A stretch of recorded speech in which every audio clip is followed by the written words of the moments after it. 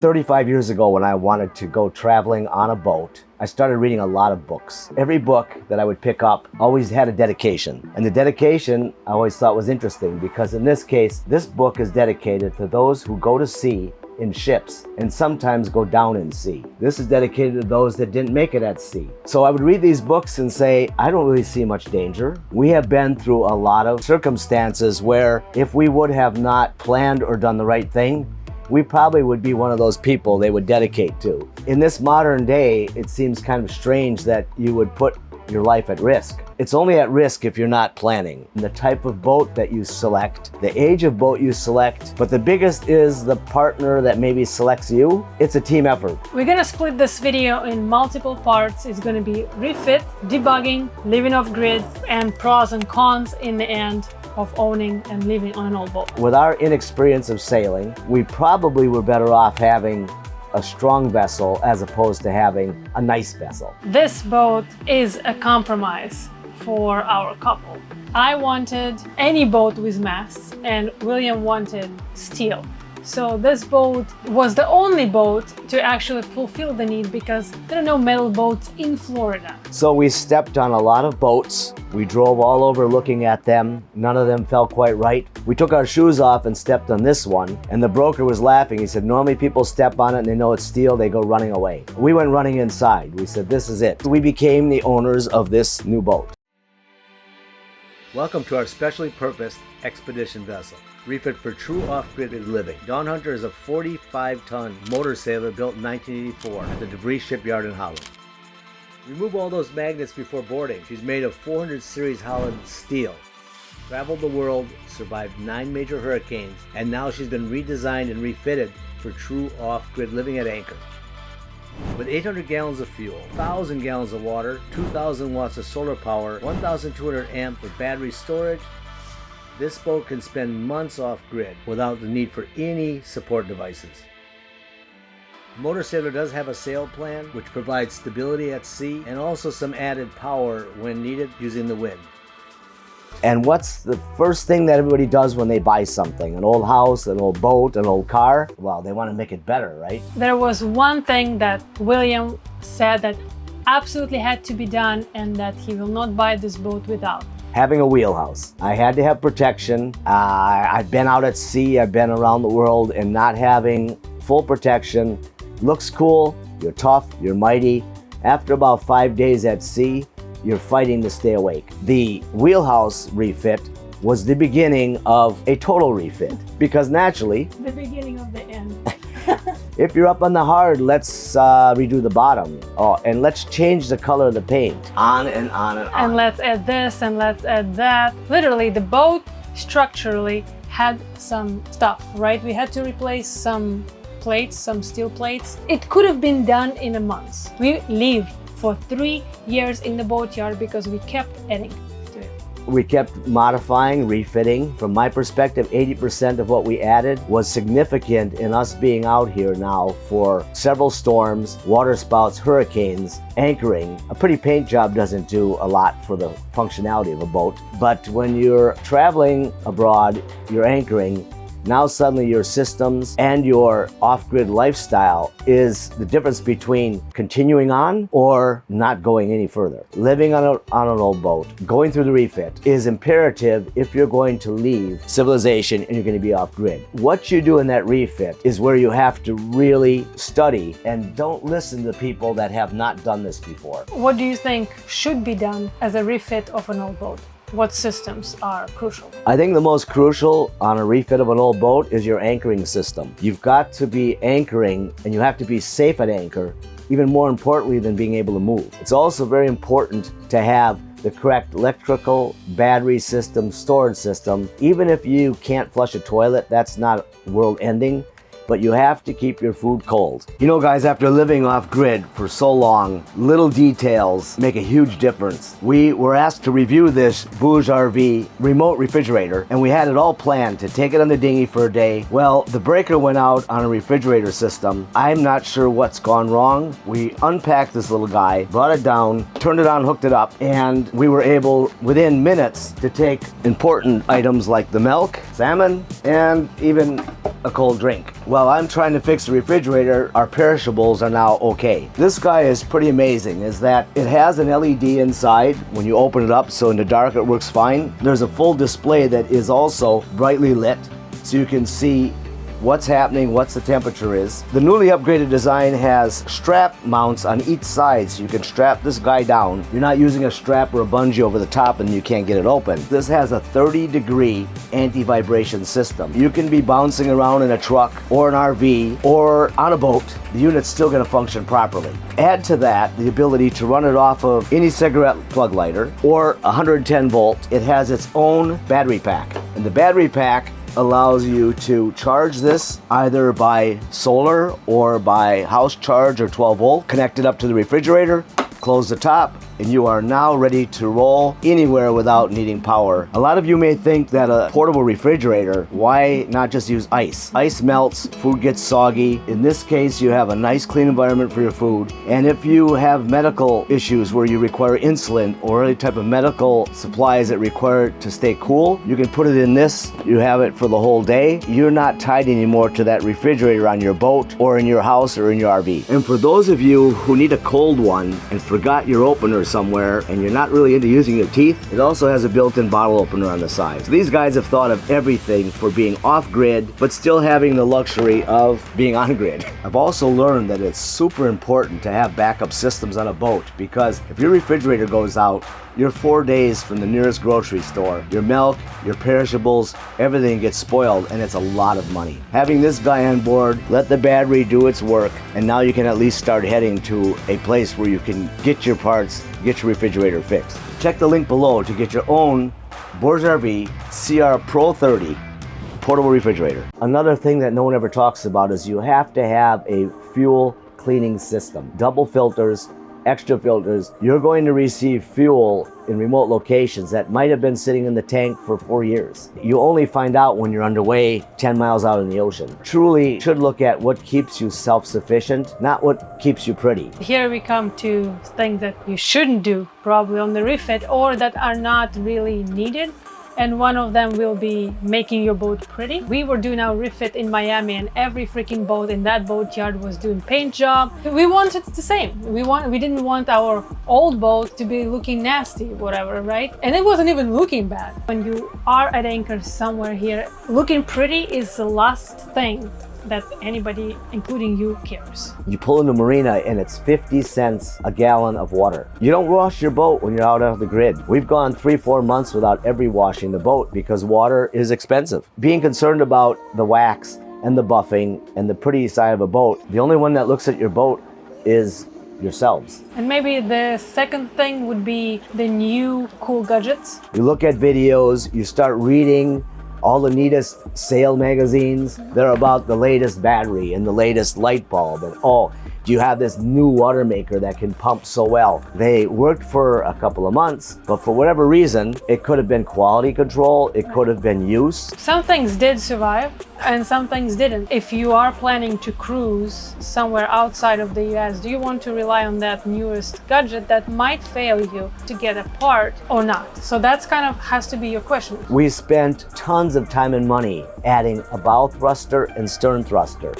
We have used a bow and stern thruster in the last 4 years 0 times. Another example that we absolutely had to do in the boat, we had to make sure that we had the newest dinghy. We had an old beater dinghy. We wanted a new one because I wanted it to be reliable. Well, you find out that whether it's new or old, the sand can still mess up the impeller. The gas can still be nasty where you're getting fuel from. And so whether it's a new dinghy or an old dinghy, you still have off-grid issues that you have to pay attention to. The next one is when you're out of the boatyard, you're so happy, you're so excited, and guess what? The problems are still there. You don't realize, just like an old car, while you're doing all these things in a boatyard, while you're refitting, the motor's not running, the fuel pumps aren't working, the shaft seals aren't spinning. So that 2 years, 3 years of making the boat nicer has nothing to do with the actual functionality. We weren't more than 5 days out of the marina and the injection system died on us. We were for 4 months stuck trying to get an injection system rebuilt, rebuilding the whole fuel system. In the first 7 months, everything that broke is what would have broken had we used the boat instead of putting it on the hard. So a very valuable lesson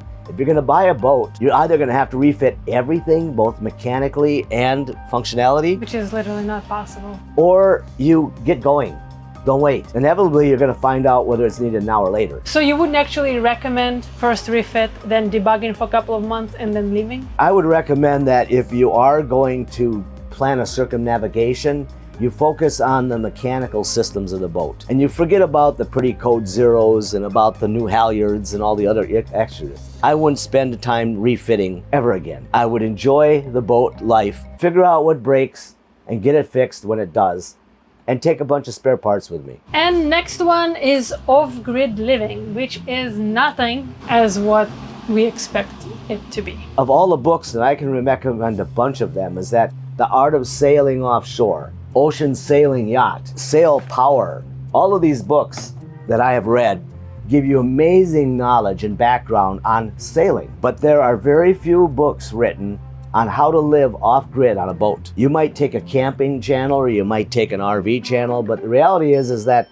living off-grid is not sailing off-grid, because we'll sail to a location, drop the hook, and sometimes spend a month and a half there, exploring the island, exploring the water life. Well, those sails and those motors and the fuel mean nothing. Now suddenly it's, how do you keep your food fresh? How do you have fresh water? Can your toilet flush or not? The reality of it is off-grid living and off-grid circumnavigation has just as much, if not more, how to survive and enjoy life when you're not sailing as opposed to when you're sailing. I had to learn how to cook on solar, which is very different because you have to cook things during the day versus whenever you like. And then be conservative of water and how to literally be more prudent of things that we have on board versus just using them as you please, as what we do on land. Grocery shopping, for instance. So living on an old boat at anchor off-grid or on a new boat, you really have to rely on your boat systems. If one of them breaks, what do? Hope to rent Airbnb on land? We bought a brand new refrigerator freezer drawer style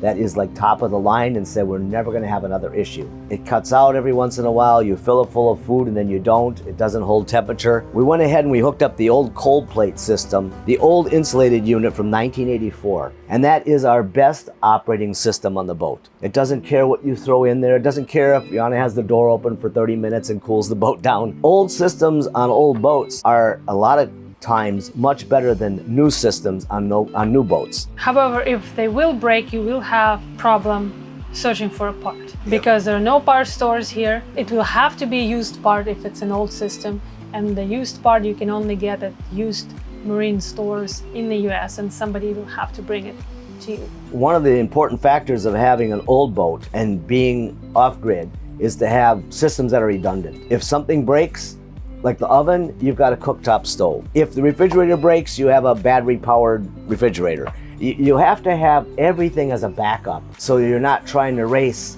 sometimes 10 days to get to where they might have something that you could use. Having a boat with sails is actually pretty nice because if the engine breaks, so at least you have some way of propulsion. Yeah, it's become very, very critical. I've become addicted to having the sails.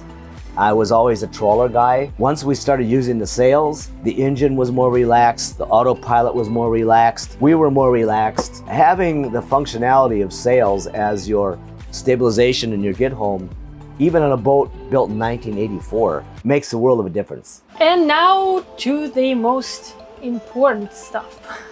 Pros and cons of having an old boat.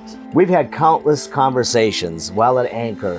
What if we had a new boat? What if we had more area? What if we had systems that were better and newer? But I can say that the pros of having an old boat is that you have a vessel that somebody else has debugged. You have a vessel that somebody else has been around the world with a few times, so you know it has the ability to do that. Yeah, that's a good one. You have something that was built with strength and quality. Back in the day, they weren't concerned about cutting corners and how cheap can they make something to make a profit. So this vessel, a De Vries fed ship built in Holland, was built to hit coral heads. It was built to hit the bottom. And you know what? We've done that. Not intentionally, but when it says no coral heads on the chart and you hear this big thud and the boat bounces up and goes down, that old boat stability and that old boat confidence lets you sleep a little better at night, I think. Phew, Oh, for the cons. The biggest con for me in the boatyard during the refit, I thought we will never get out of there. I kept asking William when, and he would be telling me, well,